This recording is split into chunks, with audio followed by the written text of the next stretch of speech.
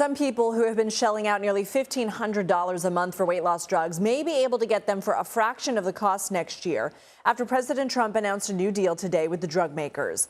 The White House reached an agreement with pharmaceutical companies Eli Lilly, the maker of Zepbound and Mounjaro, and Novo Nordisk, the maker of Wegovy and Ozempic. So without insurance, the price of these injectables, also known as GLP-1s, can cost more than $1,300 a month. But under the president's plan, Wegovy's lowest dose would start at $245 a month. Zepbound's lowest dose would start at $149 a month. Earlier, the Takeout's Major Garrett spoke to the CEO of Novo Nordisk, who was in the Oval Office for the announcement today. I think there was actually a good dialogue, constructive dialogue for months now, trying to see how we could reduce the price and expand access, which is all along what our company has been asking for. For more, let's bring in CBS News senior White House and political correspondent Ed O'Keefe. So, Ed, who will be eligible for these lower-cost drugs, and when will this start?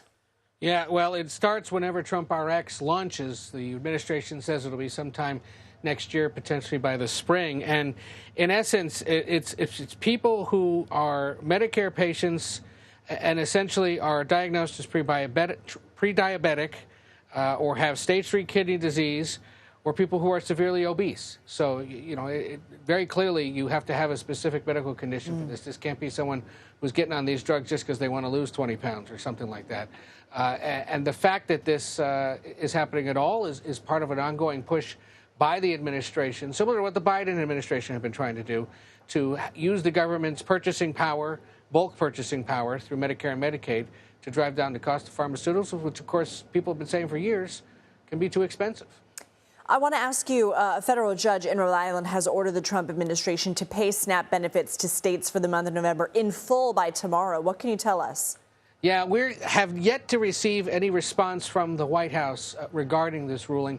There were 2 federal court cases over the weekend that essentially told the Agriculture Department, the administration, pay the SNAP benefits as much as you can. They announced there were plans to pay out the money they have and essentially do a partial payment to people who are on the SNAP program. And remember, it's about 42 million Americans, roughly 12% of the country, that relies on SNAP in some way. So even partial benefits are welcome, but certainly not going to do enough.